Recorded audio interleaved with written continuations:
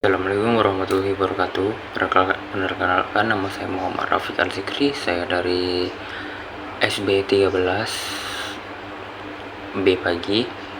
Assalamualaikum warahmatullahi wabarakatuh. Perkenalkan, nama saya Arya Saguna Jawoto dari kelompok SB13. Kami di sini akan Saya bersama teman saya akan menjelaskan tentang PBL kami, yaitu Design and Testing Driver Motor and Optical Sensor for Line Follower Robot. Di sini kami pertama-tama akan menjelaskan tentang pengertian dari robot line follower. Robot line follower merupakan robot yang mengikuti jalur yang telah ditentukan. Robot ini bisa membedakan antara latar dan jalur mereka, yaitu jalur putih untuk jalurnya dan jalur merah untuk latarnya hitam, dia akan terbaca. Saya akan menjelaskan tentang tujuan dari proyek PBL kami. Yang pertama, mengetahui tentang konsep dasar robotika. Yang kedua, memahami konsep dasar dari pengolahan sinyal dan sensorika. Yang ketiga, memperkuat pengetahuan dalam bidang elektronika dasar. Dan yang terakhir, meningkatkan pemahaman tentang pemrograman dasar. Selanjutnya akan dijelaskan oleh rekan saya. alat dan bahan yang telah ditampilkan dalam presentasi berikut. Next, ada desain skematik sensor, optik, dan motor driver.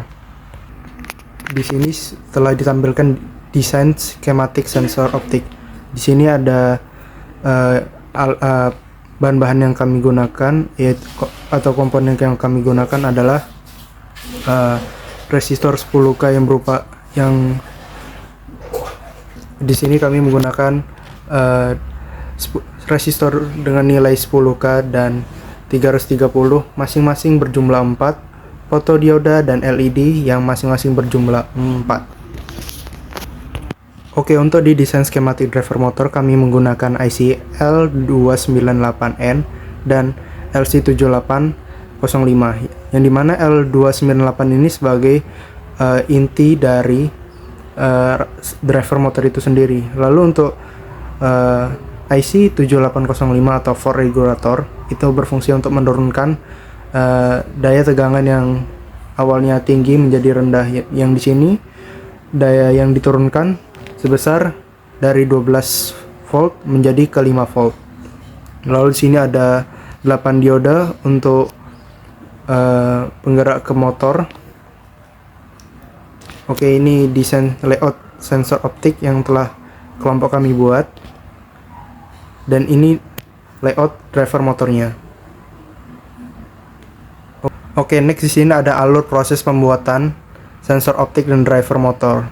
Tahap pertama yaitu pembuatan skematik serta layout dari sensor optik.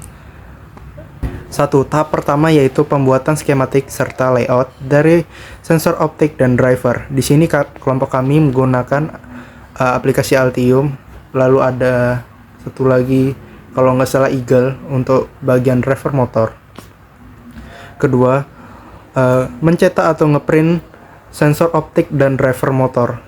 Setelah kita membuat skematik dan layoutnya, langkah selanjutnya kita print.